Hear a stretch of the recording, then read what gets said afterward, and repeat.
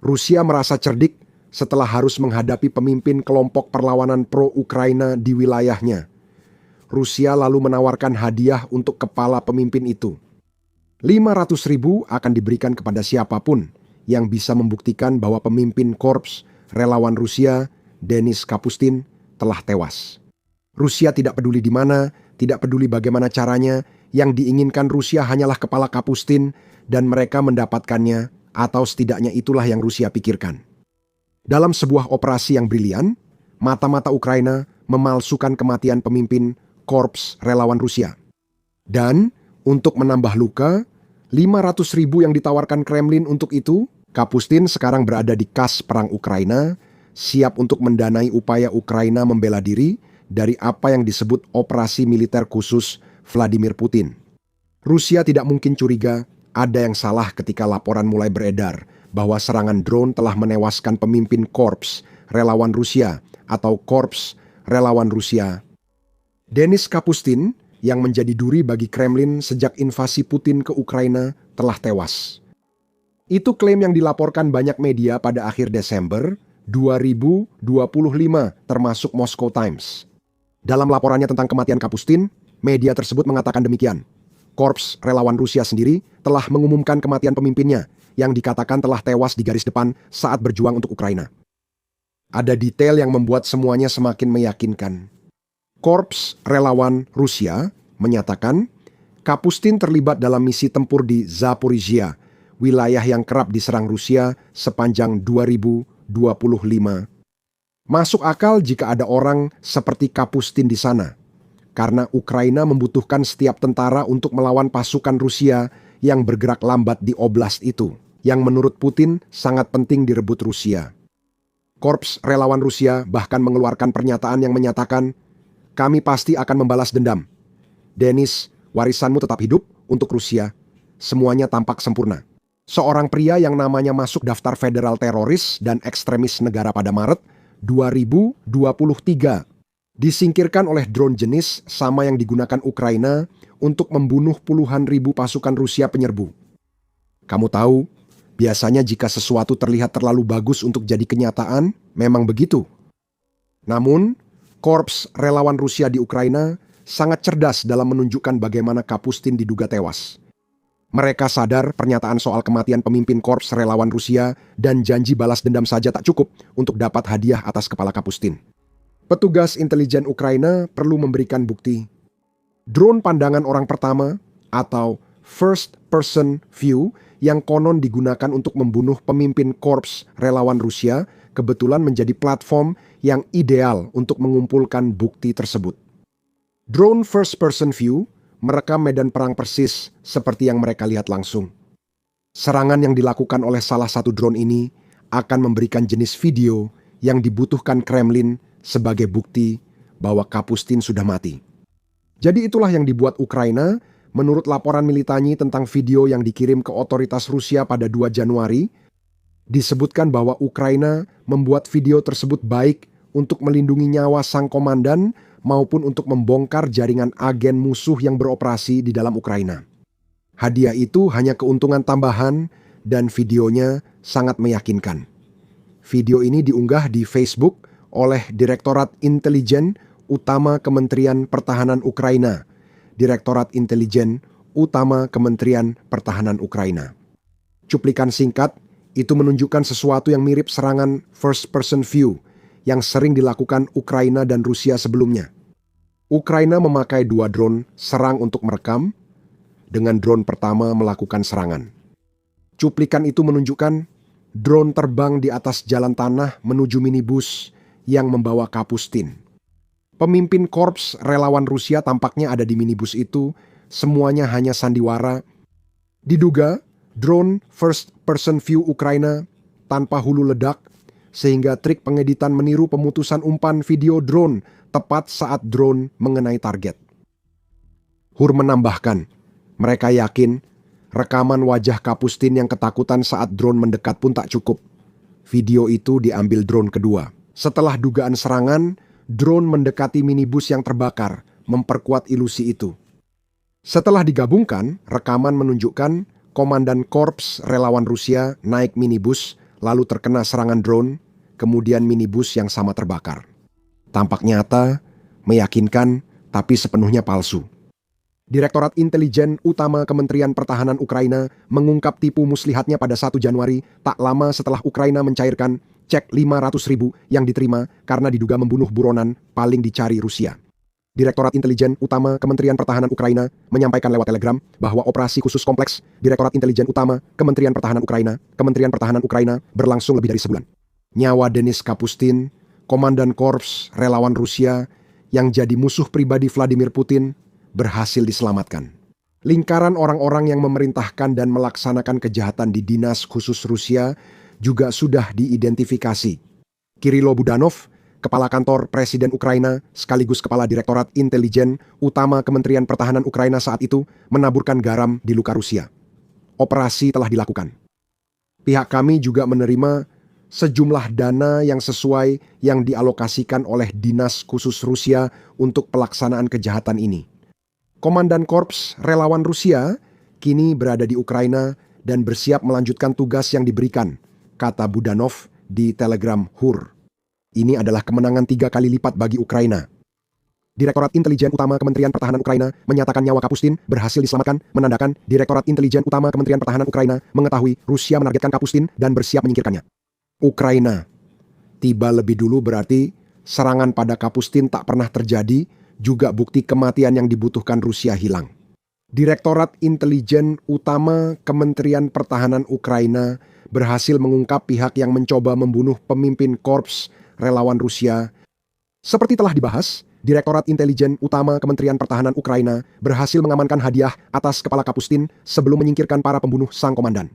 Itu operasi yang sangat produktif bagi Ukraina, tapi bagaimana Direktorat Intelijen Utama Kementerian Pertahanan Ukraina melakukannya? Direktorat Intelijen Utama Kementerian Pertahanan Ukraina biasanya sangat tertutup tentang operasi tersebut. Kemungkinan karena mereka tahu bahwa semakin sedikit Rusia memahami apa yang dilakukan Ukraina. Kemungkinan Direktorat Intelijen Utama Kementerian Pertahanan Ukraina melakukan operasi serupa di masa depan semakin besar. Laporan Euromaidan Press tentang kematian palsu menyebut operasi itu berlangsung sekitar 1 bulan. Dan itu melibatkan Direktorat Intelijen Utama Kementerian Pertahanan Ukraina dalam mengidentifikasi petugas intelijen Rusia yang memerintahkan pembunuhan terhadap Kapustin, serta para operator yang ditugaskan untuk melaksanakan pembunuhan tersebut. Spekulasi muncul tentang apa yang terjadi jika operator benar-benar ditugaskan untuk upaya pembunuhan itu. Ini mungkin menunjukkan petugas intelijen menunggu kabar kematian Kapustin dari pihak tertentu. Jadi, Ukraina menangkap calon pembunuh, mendapat informasi yang dibutuhkan, lalu menyingkirkan mereka sebelum merekam video yang menyelamatkan Kapustin dan menghasilkan 500.000 untuk Ukraina. Namun, kita tidak bisa tahu pasti. Itu tampaknya merupakan langkah yang paling logis. Mengingat Ukraina perlu membangun saluran yang tepat untuk mendapatkan uang tersebut. Namun, itu hanya spekulasi.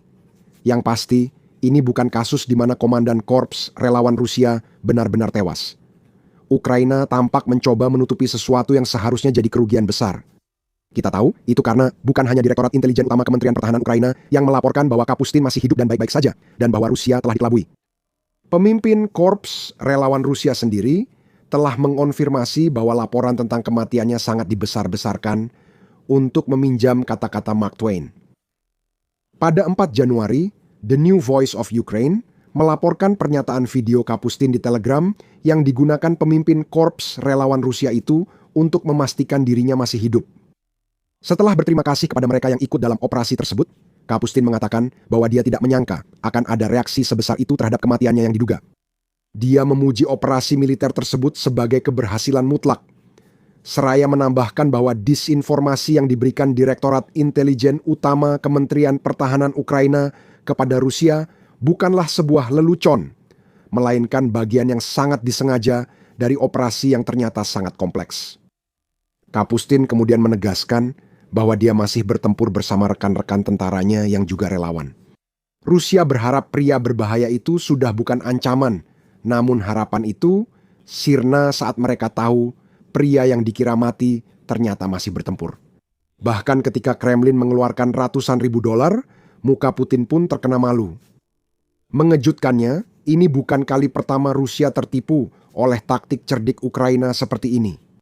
Menurut Euromaidan Press, Ukraina pernah memalsukan pembunuhan jurnalis Rusia dan kritikus Putin, Arkady Babchenko, lewat Dinas Keamanan Ukraina, Sluzhba Bezpeki Ukraini. Mei 2018, polisi Ukraina melaporkan Babchenko yang tinggal di Kiev ditembak 3 kali di punggung. Polisi mengklaim dia ditemukan berdarah di lantai dan dinyatakan meninggal di ambulans. Putin kembali bersukacita setiap kali berhasil membungkam suara yang mempertanyakan rezimnya. Ini adalah hari yang baik bagi Putin, namun satu hari secara harfiah adalah seluruh waktu yang dimiliki Putin untuk merayakan kemenangan yang katanya ini. Hanya 24 jam setelah dugaan pembunuhan, Babchenko muncul di konferensi pers dan membuktikan dirinya masih hidup. Sama seperti Kapustin, Ukraina melakukan tipu muslihat ini untuk mengungkap siapa yang ingin membunuh jurnalis itu. Seperti yang Babchenko tunjukkan, bisa jadi ada orang lain yang lolos dari amarah Putin. Hidup saya selamat. Namun yang terpenting, serangan teroris besar berhasil dicegah, ujar Babchenko saat mengungkapkan dirinya masih hidup. Orang yang ingin membunuh Babchenko bersama dengan calon pembunuh yang ditugaskan untuk pekerjaan itu, keduanya akhirnya berada dalam tahanan Ukraina. Euromaidan Press melaporkan taktik baru. Ukraina dikritik pada 2018. Reporters Without Borders menyebut kejadian itu simulasi meresahkan saat mengecam tindakan Sluzhba Bezpeki Ukraini, Organization for Security and Cooperation in Europe, dan organisasi lain mengkritik Ukraina atas penyebaran informasi palsu. Namun, semua tanggapan ini muncul pada saat sebelum Putin mengubah apa yang sebelumnya merupakan kampanye agresi menjadi invasi besar-besaran. Pada awal 2026, Ukraina mengikuti cetak biru 8 tahun lalu. Yang dulu dikritik, kini dianggap langkah brilian. Ukraina tak peduli kritik apapun dan akan menertawakan upaya Putin menutupi kebohongan yang menipunya. Direktorat Intelijen Utama Kementerian Pertahanan Ukraina tampaknya butuh sekitar sebulan merencanakan kematian palsu Kapustin, jadi mengapa mengerahkan banyak sumber daya hanya untuk satu orang? Namun, ada alasan bagus. Sebagian orang mungkin berpendapat hal itu kurang berkaitan dengan karakter Kapustin. Sebaliknya, ini terkait kepemimpinannya atas organisasi yang bermasalah bagi Rusia selama bertahun-tahun. Namun, Kapustin bukan orang terbaik di dunia.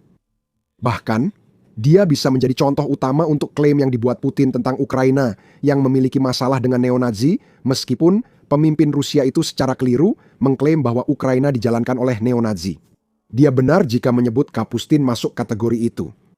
Menurut laporan Novaya Gazeta pada 27 Desember 2025 tentang kematian Kapustin yang diduga pemimpin korps relawan Rusia itu punya masa lalu sangat kelam. Dulu, dia adalah seorang hooligan sepak bola yang tinggal di Moskow, kata media tersebut. Selain itu, dia juga seorang aktivis neo-Nazi yang menghabiskan sebagian besar masa mudanya di Jerman. 2 tahun setelah tiba di Kiev pada 2017, Kapustin juga dilarang masuk ke wilayah Schengen. Wilayah besar di Eropa ini telah menghapus pemeriksaan perbatasan antar negara. Sebagian besar anggota Uni Eropa, Norwegia, Swiss, Islandia, dan Liechtenstein termasuk wilayah ini. Dengan kata lain, Kapustin telah dilarang bepergian ke sebagian besar wilayah Eropa sejak tahun 2019. Kapustin membantah pernah menjadi neo-Nazi, meski mengakui pernah punya pandangan sayap kanan ekstrim. Kamu tidak akan pernah menemukan saya mengangkat tangan memberi salam Hitler, kata Kapustin, pada tahun 2023. Namun, pengusiran Kapustin dari wilayah Schengen masih menimbulkan banyak pertanyaan tentang siapa sebenarnya pria yang baru saja digunakan Ukraina untuk mengecoh Rusia itu. Namun, yang penting bagi Putin bukan pandangan Kapustin, melainkan hasil kerjanya sebagai kepala korps relawan Rusia.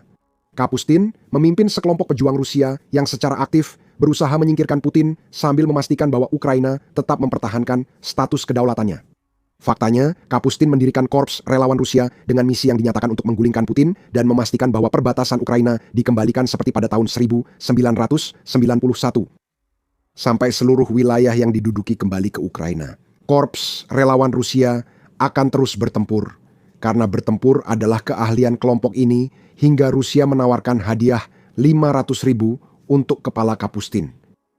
Militani menyebut Korps Relawan Rusia sebagai kelompok paramiliter menarik pendukung Ukraina karena cara mereka merekrut anggota. Banyak anggota Korps Relawan Rusia saat ini adalah mantan tentara Rusia yang ditangkap Ukraina. Bersama relawan dan emigran Rusia yang memilih angkat senjata melawan pemimpin yang dulu mengirim mereka ke medan perang.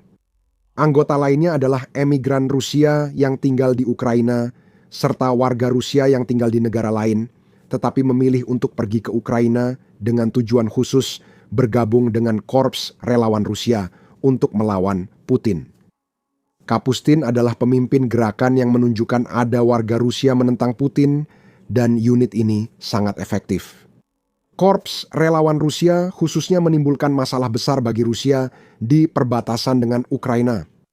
Pada tahun 2023, Pusat Studi Timur melaporkan bahwa beberapa relawan Rusia, termasuk mereka yang bekerja dengan Korps Relawan Rusia, berupaya untuk mendestabilisasi wilayah Belgorod di Rusia. Mungkin dengan tujuan membuka peluang bagi serangan oleh militer Ukraina. Bekerja bersama kelompok partisan lain bernama Legiun Rusia Merdeka, Korps Relawan Rusia telah ikut serta dalam operasi sabotase di kota kecil Shebakino. Sebelumnya, relawan Rusia telah meledakkan sepasang jalan yang terletak di perbatasan Ukraina dengan Rusia dan Belarus. Pada Mei 2023, New York Times melaporkan klaim Kapustin bahwa pasukan relawannya sempat menguasai sekitar 16 mil persegi wilayah Rusia di perbatasan. Korps Relawan Rusia telah aktif sejak awal perang Ukraina. Di bawah Kapustin, kelompok ini tetap berbahaya, apalagi video palsu HUR menampilkan wajah Kapustin. Kemungkinan dia dan Korps Relawan Rusia kini bertempur di Ukraina. Apakah mereka di garis depan atau di belakang Rusia masih belum jelas. Serangan ke Belgorod menunjukkan Putin sadar betapa berbahayanya pria yang sangat ingin dibunuh Rusia itu. Kremlin juga sangat ingin membungkam Kapustin karena ideologinya. Ini pria yang berkata ingin membuktikan bisa melawan tiran. Kekuasaan Putin tidak tak terbatas. Dinas keamanan bisa memukuli, mengontrol, dan menyiksa warga tak bersenjata. Begitu menghadapi perlawanan bersenjata, mereka melarikan diri. Pada 2023 Putin tak bisa membiarkan pembicaraan itu tanpa hukuman. Namun, dalam upayanya membunuh Kapustin, Putin justru menunjukkan bahwa ia sama rentannya, seperti kata pemimpin Korps Relawan Rusia. Semua yang berhasil dicapai Rusia dengan hadiah uangnya hanyalah memberikan Ukraina lebih banyak dana yang bisa digunakan untuk berbagai tujuan. Uang itu mungkin dipakai melengkapi anggota Korps Relawan Rusia atau menarik lebih banyak orang bergabung. 500.000 juga bisa membeli banyak drone first person view. Jenis drone seperti ini harganya mulai dari 400 per unit menurut Defense Block. Akan sangat ironis bagi Rusia jika Ukraina memakai uang dari Rusia untuk membuat lebih dari 1.000 drone yang sama guna memalsukan rekaman kematian Kapustin. Tapi setidaknya, kematian palsu Kapustin menunjukkan bahwa Rusia masih belum menemukan cara untuk mengatasi masalah partisan. Akibatnya, kasus sabotase dan mata-mata oleh warga Rusia pendukung Ukraina semakin meningkat. Korps Relawan Rusia dan Kapustin adalah bagian dari pasukan bayangan yang jauh lebih besar yang dikerahkan Ukraina untuk merusak upaya perang Putin dengan cara apapun yang mereka bisa. Seperti yang dikatakan Dewan Atlantik pada Februari 2025, jaringan luas aktivis perlawanan sipil, partisan, dan unit pasukan khusus kini beroperasi di seluruh Ukraina yang diduduki Rusia, melakukan kampanye informasi hingga sabotase. Kematian Kapustin bertujuan melemahkan moral gerakan-gerakan tersebut. Sebaliknya, hadiah yang ditawarkan justru membuktikan betapa berbahayanya kelompok-kelompok seperti ini menurut Rusia, yang kemungkinan besar akan menyebabkan pertumbuhan dan lebih banyak operasi yang dilakukan di masa depan. Orang-orang Rusia yang mungkin sedang mempertimbangkan untuk menjadi sukarelawan bagi Ukraina baru saja melihat betapa rentannya Kremlin sebenarnya. Kematian palsu Kapustin mungkin akan menjadi iklan yang sangat berguna bagi kelompok-kelompok yang selalu mencari lebih banyak orang untuk bertempur. Ada banyak bukti bahwa kelompok-kelompok seperti Korps Relawan Rusia menjadi semakin efektif dalam beberapa hari menjelang Natal. Organisasi semacam ini melakukan sabotase yang menghambat logistik Rusia dan melemahkan kekuatan udara Moskwa. Zona aman Rusia terbakar akibat serangan besar partisan Ukraina. Simak selengkapnya di video kami. Jangan lupa berlangganan The Military Show untuk liputan tentang cara intelijen Ukraina mempermalukan Rusia. Terima kasih telah menonton.